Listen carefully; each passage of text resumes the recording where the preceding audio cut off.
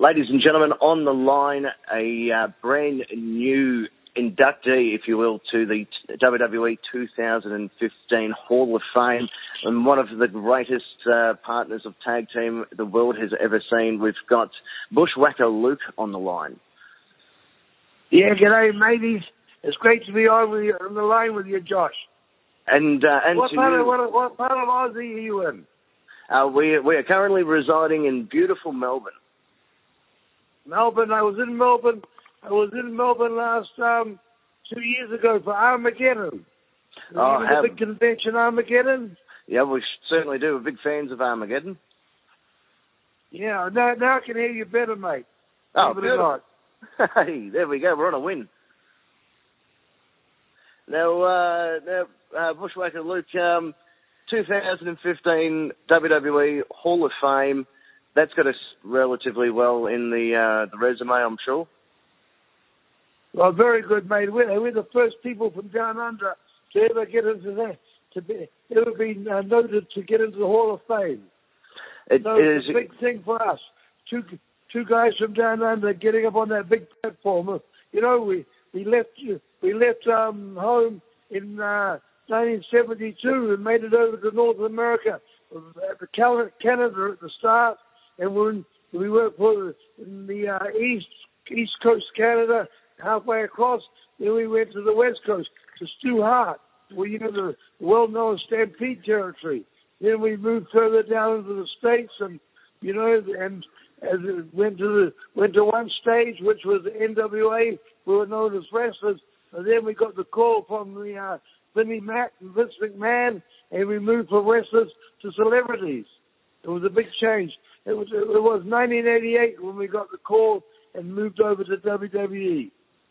And primarily put you on the world stage. Not saying that you didn't have a luxurious career before you hit the WWE, but definitely WWE sort of set the platform for the Bushwhackers. I've got to ask, over your years of experience, has the tag team division changed?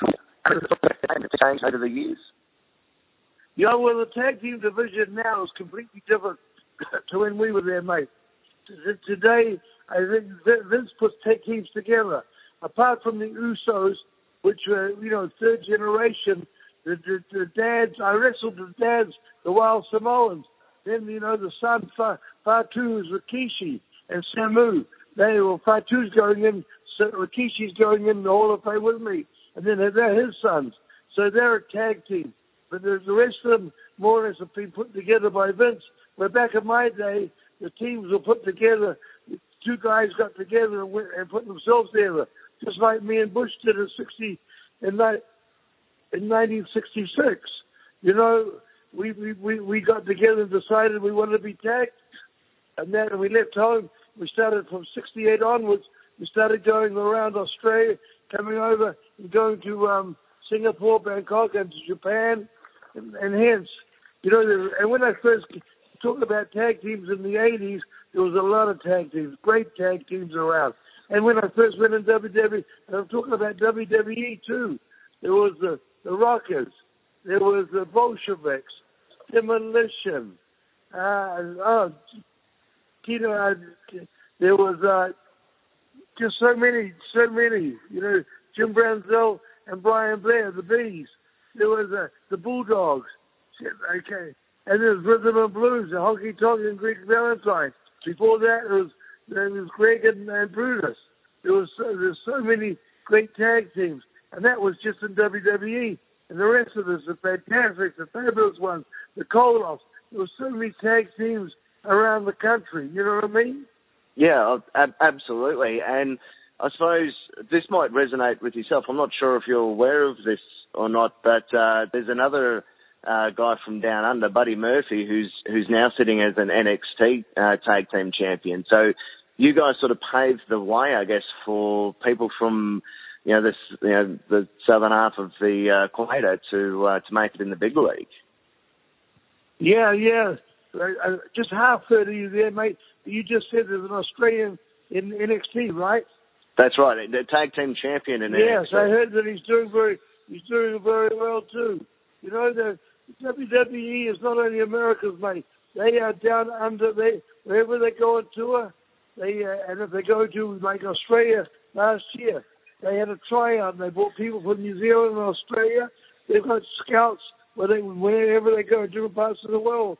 When they go to England, they get people from Wales, Scotland, Ireland, and some of the Europeans come over to try out in the UK. And plus they do it, they're looking for talent from all over the world because they're touring everywhere in the world. And it's great to have someone from that country in that squared circle when they're on the tour. They'd like to have a hometown boy there.